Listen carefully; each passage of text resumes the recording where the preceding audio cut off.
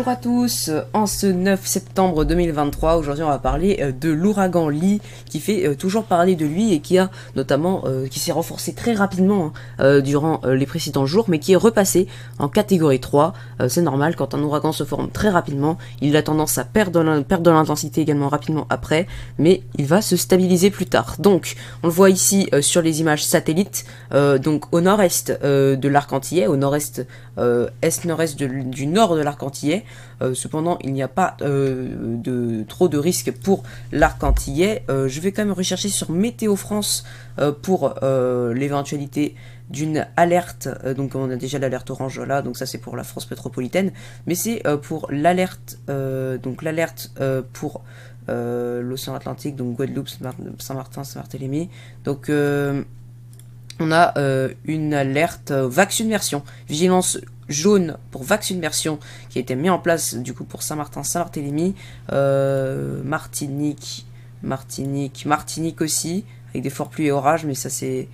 tiens, là on a avec la Guadeloupe, non, pas d'alerte cyclonique pour l'instant, mais simplement vaccumation en niveau jaune. Donc l'ouragan Lee, qui est donc à la limite entre la catégorie 2 et la catégorie 3 à 115 miles par heure, donc à peu près 180 km par heure, donc avec pression centrale de 963 hectopascal, et situé à 19,7 degrés nord et 57,4 degrés ouest, donc au nord-est de l'arc antillais.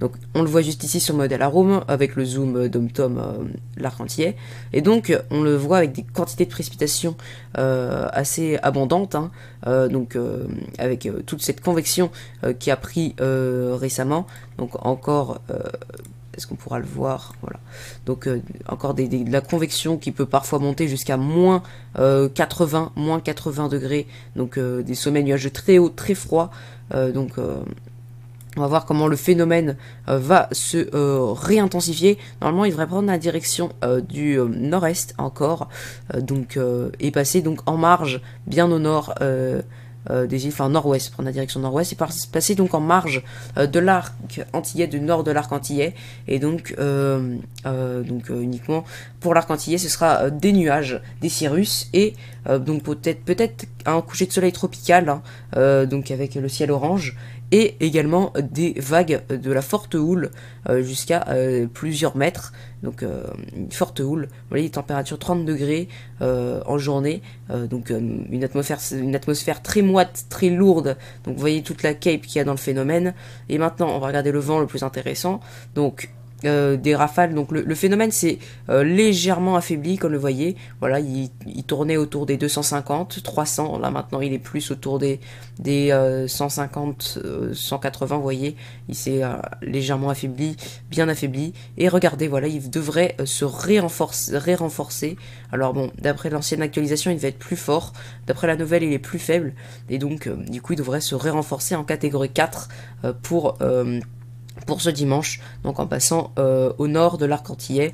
Donc comme vous voyez, voilà, l'arc antillais qui reste largement évité par la couronne venteuse de ce phénomène, bien que vous devrez retrouver quelques cirrus, comme vous voyez, des cirrus, et également de la houle, mais pas de précipitation, peu de précipitation ou pas de précipitation à attendre, à part évidemment peut-être quelques orages qui vont se former notamment sur la Guadeloupe, mais sinon le phénomène passe en marge du moins de l'arc antillais. Maintenant on va s'attaquer à la suite, donc pour le National Weather Service, pour les zones qui sont mises en alerte pour l'instant, il n'y en a pas. Comme vous voyez, on voit bien le phénomène partir plein nord-ouest avant de remonter plein nord en passant au nord de la République dominicaine, bien que cependant pour un risque de vent, il y a environ voilà, 20% de chance d'avoir des vents type de tempête tropicale pour le nord de l'arc antillais, mais pour l'instant le scénario est très peu fiable pour ce qui est de vent violent pour l'arc antillais. Donc voici maintenant la majorité des prévisions. Donc le phénomène devrait passer donc à l'est, bien à l'est des îles des Bahamas. Il devrait passer à proximité, par contre, proximité immédiate des Bermudes. Donc des terres sont menacées au niveau des Bermudes, avec des puissances de vent qui pourraient être parfois violentes. Donc vous voyez le phénomène va se renforcer, catégorie 4 comme vous le voyez, peut-être même la catégorie 5, avec un gigantesque œil. Ça pourrait être l'un des œils d'ouragan les plus violents, les plus grands jamais vus. Comme vous le voyez ici, on voit bien l'œil dessiné sur le modèle. Donc ça c'est CEP, donc avec j'ai mis des couleurs pour les catégories. Donc le vert c'est tempête tropicale, le jaune catégorie 1, le orange catégorie 2, le rouge catégorie 3, le rose catégorie 4 et le violet catégorie 5. Donc là on voit catégorie 4, donc avec au milieu un vent faible, un vent calme à 60 km/h, même si ça reste quand même plutôt déjà pas mal. Et puis autour, comme vous voyez, des rafales, des vents de plus de 200 km/h sur son bord nord-est. Et donc le bord nord-est qui va infliger plus l'île des Bermudes. Comme vous voyez, le phénomène passera légèrement à l'ouest, même si l'île des Bermudes reste encore menacée. Ensuite, le phénomène devra prendre la direction du nord tout en perdant de l'intensité et en perdant ses caractéristiques tropicales au niveau justement juste ici au sud de Saint-Pierre-et-Miquelon, au sud est de la Nouvelle-Écosse. Normalement, le phénomène devrait perdre ses caractéristiques tropicales.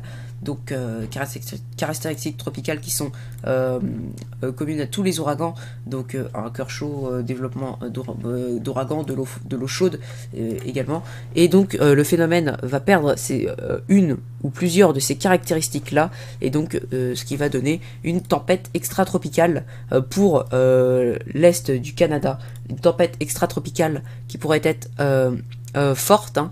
Donc là c'est le modèle GFS, c'est pas le même. On va regarder le modèle ECMWF, voilà. Donc le modèle ECMWF, donc sur Windy, qu'il voit passer, comme vous voyez, donc le modèle européen qu'il voit passer quand même plus à l'ouest, plus à l'est, pardon, plus à l'est du Canada, donc enroulé, hein, par cette dépression, non, voilà, c'est dans l'autre sens. Bref, donc le phénomène va partir à l'est, sûrement enroulé par le jet stream qui commence à se mettre en place. Et donc pour GFS, donc le scénario américain, donc on voit le phénomène partir cette fois-ci ici sur la Nouvelle-Écosse, et donc ce sera surveillé malgré tout pour la trajectoire. Donc il y a deux cas de figure pour la trajectoire. Premier cas de figure, Nouvelle-Écosse. Deuxième cas de figure, le phénomène devrait épargner la Nouvelle-Écosse et plutôt passer plus à l'est. Donc il y a deux cas de figure aujourd'hui.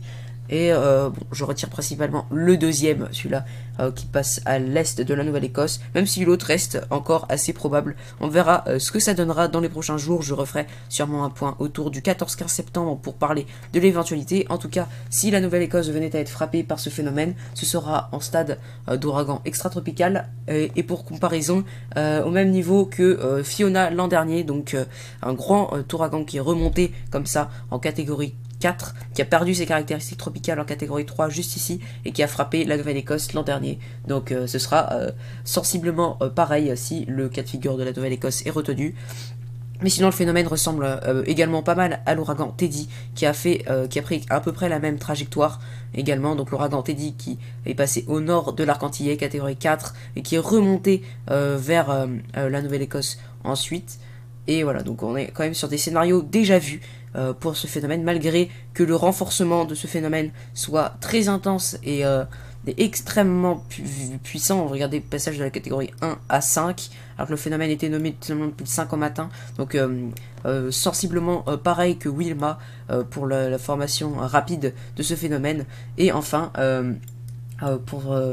pour les zones touchées et la trajectoire, on est proche de Teddy et de Fiona. Donc voilà, on est quand même sur des phénomènes, on a quand même des marges sur ce phénomène, on sait de quoi on parle aujourd'hui. Donc pour ce qui est de l'accumulation du vent, donc on voit mieux les zones touchées. Comme le voyez, le phénomène prend d'abord la direction du nord-ouest, puis de l'ouest, avant de repartir piquer plein nord, plein nord-est, et peut-être pas toucher la Nouvelle-Écosse. Et pour le scénario de GFS, comme vous voyez, le phénomène va prendre donc sensiblement les mêmes directions, mais à la place de prendre plein nord-est, il devrait prendre nord, voire nord-ouest, et dans le pire des cas, vraiment plus à l'ouest possible, frapper peut-être la grande ville américaine de Boston, ou du moins la frôler, et toucher le Nouveau-Brunswick, et donc le Maine, et donc une partie des États-Unis. Mais ça, on va en reparler dans les prochains jours.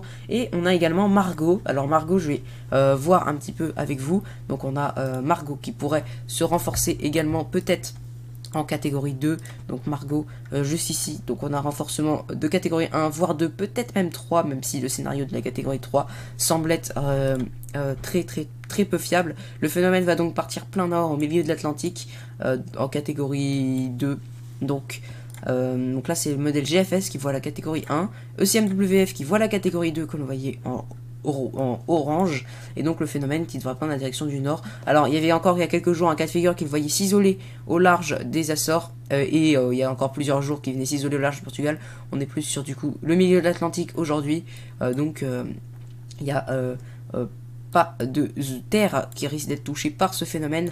Et donc par la suite, pour la grande tendance, nous avons la formation d'une nouvelle onde tropicale juste ici, à surveiller pour la suite. Donc pour le week-end prochain, je ferai sûrement également des points là-dessus pour le week-end prochain. Et également, je ferai également un point sur l'actualité de ce Medicane au milieu de la Méditerranée. Je fais un point aujourd'hui également sur cette situation-là, d'un Medicane qui va toucher la Libye. Donc en phénomène de tempête tropicale, un Medicane en stade de tempête tropicale. Donc oui, on le voit ici, tempête tropicale pour ce Medicane qui devrait toucher la Libye, mais j'en reparlerai évidemment dans un autre point. Merci à tous d'avoir regardé ce point, on se retrouve donc tout de suite pour le nouveau point du Medicane.